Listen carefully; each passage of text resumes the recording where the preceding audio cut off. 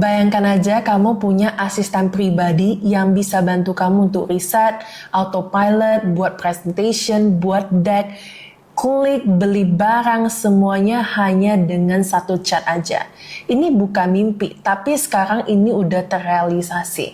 OpenAI barusan ngeluarin namanya ChatGPT Agent yang bisa buat ini semuanya jadi mungkin. Di video kali ini kita bakal bahas tuntas apa sih sebenarnya itu ChatGPT Agent dan bagaimana ini bisa membantu kamu sebagai individu ataupun founder biar bisa lebih produktif dan bahkan menekan cost jauh lebih banyak. Di video ini aku akan bahas beberapa hal, yaitu apa itu ChatGPT Agent. Yang kedua, gimana bedanya ChatGPT Agent ini dengan ChatGPT chatbot yang biasa kamu pakai. Yang ketiga, kita juga bakal bahas beberapa use cases dari ChatGPT Agent ini untuk bisnis kamu. Yang terakhir adalah bagaimana cara penerapan ChatGPT Agent ke bisnis kamu. Aku harap di akhir dari video ini kamu bakal ngerti gimana caranya mengutilize AI ChatGPT Agent ini biar bisa bantu company kamu, bisnis kamu, dan kamu sebagai founder lebih produktif, bahkan lebih hemat biaya dan waktu yang lebih banyak. Sebelum kita bahas lebih jauh dan lebih detail, kita tuh harus ngerti dulu apa itu ChatGPT Agent. Nah, ChatGPT Agent ini adalah sebuah agent yang barusan diluncurin oleh OpenAI di tanggal 17 Juli 2025. Nah, ChatGPT Agent ini menjadi sangat powerful karena dia itu menggabungkan dua hal, yaitu deep research dan juga operator. Kalau misal kamu yang sering pakai ChatGPT, biasanya di bagian tombol yang ada pilihan itu, dia ada search image, ada deep research, ada search web, dan masih banyak lagi. Nah, sekarang ada yang baru namanya mode. Nah, mode ini adalah gabungan dari yang tadi operator dan juga deep research. Nah, operator ini yang memungkinkan agent kamu bisa akses ke tool yang kamu kasih, bisa do action. Jadi dia bisa ngeklik di komputer kamu gitu. Jadi kayak orang personal assistant beneran yang bisa ngeklik komputer kamu. Kalau deep research, gabungan yang tadi yang bisa nge-research ke webnya untuk understand, konteks dari situs ini tuh apa, summarize-nya itu bagaimana. Jadi simpelnya adalah ketika kamu suruh dia misalnya, coba belikan tiket dari Singapura ke Los Angeles dari range tanggal 17 sampai 25. Coba cari yang paling dari jadwalnya dan harganya paling oke. Nah, si agent ini karena kamu udah kasih dia akses, dia bisa ke beberapa situs untuk cari yang mana deal yang paling oke sesuai dengan permintaan kamu, akan dia summarize in one table, dan nanti dia bakalan minta persetujuan kamu. Kamu mau yang mana? Misalnya kamu bilang, aku oke dengan option 1 dan 2. Atau terakhir kamu bilang, aku oke dengan option 1. Makanya dia itu akan pakai si jurus operator ini untuk bisa beli tiketnya, klik langsung tanpa kamu harus beli sendiri. Dan the good thing about agent ini, dia itu juga diklaim memiliki transparansi yang lumayan tinggi untuk menjaga keamanan penggunanya. Makanya untuk kayak yang penting-penting seperti transaksi, itu harus melewati human in the loop. Jadi harus ada persetujuan dari pihak yang berkaitan. Misalnya kamu udah oke, baru dia akan melakukan transaksi. Karena beberapa hal yang mungkin lebih berbahaya atau lebih privacy gitu ya, seperti kartu kredit, pembelian, pembayaran, itu kan mengenai transaksi, semuanya itu harus melewati persetujuan dari pihak yang bersangkutan terlebih dahulu. Tapi kalau misalnya sekedar seperti update schedule melalui Gmail, itu bisa dilakukan secara gampang apabila kamu udah connect toolsnya ke agentnya sendiri. Nah, kita masuk ke yang kedua, yaitu apa sih sebenarnya ChatGPT Agent ini sama ChatGPT chatbot biasa yang kita pakai. Kan toh sama-sama aja sebenarnya kelihatannya. Sebenarnya totally different dan penggunanya juga berbeda. Kalau misalnya ChatGPT chatbot itu kan kamu ketik pertanyaan atau kamu ketik sebuah statement, dia akan kasih kamu jawaban.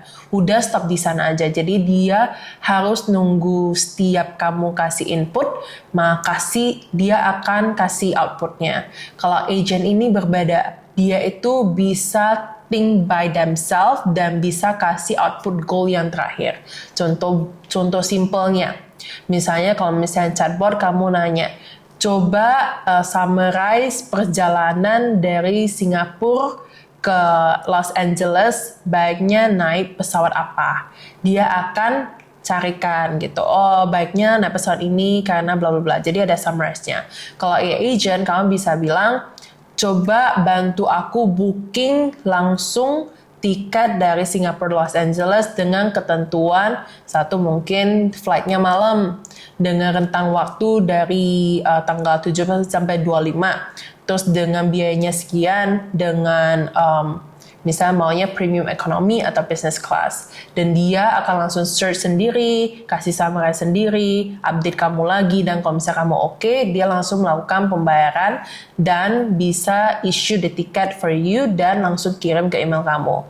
Do you see the difference? Satunya harus tunggu step by step, yang satunya kamu kasih goal, dia langsung kerjain semuanya.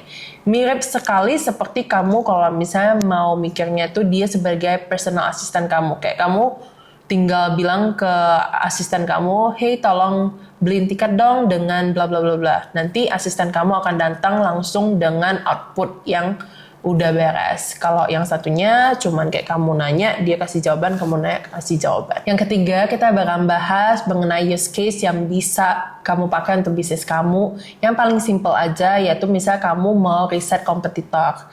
Nah sekarang kamu nggak usah lagi nanya satu-satu, kamu nggak usah kasih inputnya, oh aku ini adalah brand bla bla bla, coba risetkan kompetitor aku A, B, C. Tapi kamu bisa langsung bilang, kamu adalah brand bla bla bla dengan tone begini-begini, dan kompetitor utama aku adalah ABC. Coba bantu summarize dan buat deck apa value proposition-nya. Semuanya nanti dia akan return ke kamu dalam bentuk PPT yang udah siap dipresentasikan. Kalau kamu sebagai bisnis sebenarnya banyak banget peluang yang bisa kamu dapat, atau bisa short your cost, bisa kayak mempercepat semuanya itu dengan menggunakan agent ini, yaitu misalnya shortlist kandidatnya, misalnya atur schedule, analisis data, semuanya tergantung bagaimana cara poin kamu bisa memikirkan in the future bagaimana AI agent ini benar-benar bisa berfungsi untuk bisnis kamu. Yang terakhir ini aku cuma mau kasih bonus gimana caranya kamu sebagai bisnis bisa menggunakan agent ini, dan aku kasih kamu beberapa ide. Contohnya itu misalnya, satu, kelola kalender jadwal meeting secara otomatis, atau bisa bikin email berdasarkan output atau outline yang singkat, analisis data spreadsheet dari grafik atau laporan yang siap pakai, bisa bantu kamu buat konten strategi marketing, dan cari kandidat kerja, dan bantu proses onboarding juga. Jadi sebenarnya banyak banget yang bisa kamu lakukan, tergantung gimana caranya kamu mampu untuk menganalisa jauh lebih banyak lagi gitu. Yang paling banyak ditanya adalah apakah mode agent ini tersedia secara gratis. Dari yang aku baca sekarang itu dia cuma tersedia yang di pricing plan aja dengan limit tertentu ya. Kalau misalnya ChatGPT Plus itu yang $20, itu dapat 400 task per bulan. Yang Pro itu $200, dan yang di tim juga udah dapat. Jadi yang paling murah itu $20 tapi cuma dapat 400 task. Untuk yang free belum diluncurkan, mungkin soon ya, nanti kita lihat. Kalau misalnya teman-teman mau dibahas lagi lebih detail, jangan lupa follow, comment, subscribe, dan kalau misalnya kamu merasa video ini bermanfaat, jangan lupa support this channel. Ini akan kasih aku motivasi lebih semangat untuk update lebih banyak video lagi. Kalau misalnya mau lebih more video, aku lebih banyak bakalan sharing update video short di Reels aku. So I'll see you in the next video.